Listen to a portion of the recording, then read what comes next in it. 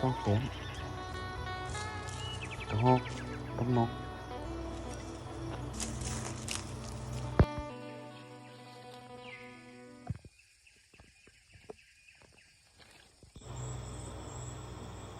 เห็นขี้นกเนาะ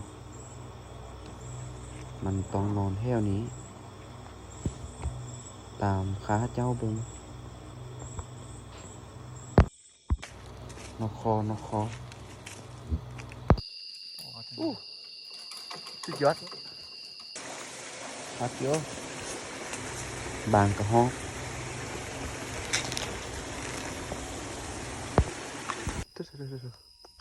ช่วยได้งานน้อยๆแต่จับดีๆได้เว้ยคุณจะขึ้นเท่งคุณจังได้มันลุกจับดีๆตึ๊ดไปเลยจับหัวไปตัวดีนี่มันห่วยมุ่นหมดแล้วจ้ะเลยตัวผู้ แม่น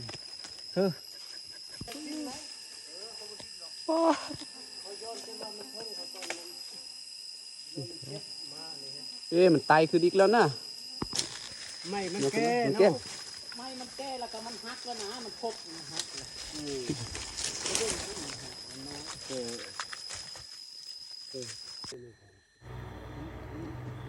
บรรยากาศดี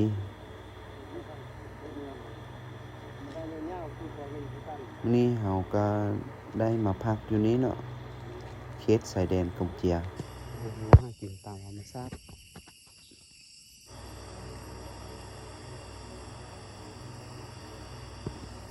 กระหอกแดง1 แต้ม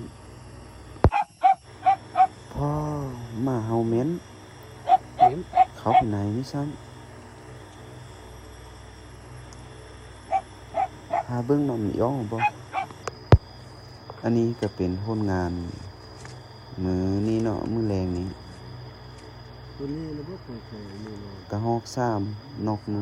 ให้เจ้ายิงกิน ผลงานลูกสาวเป็น เรื่อง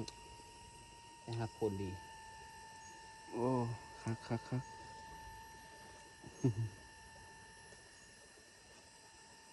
ขอได้ปิ้งได้แจวพอปิ้ง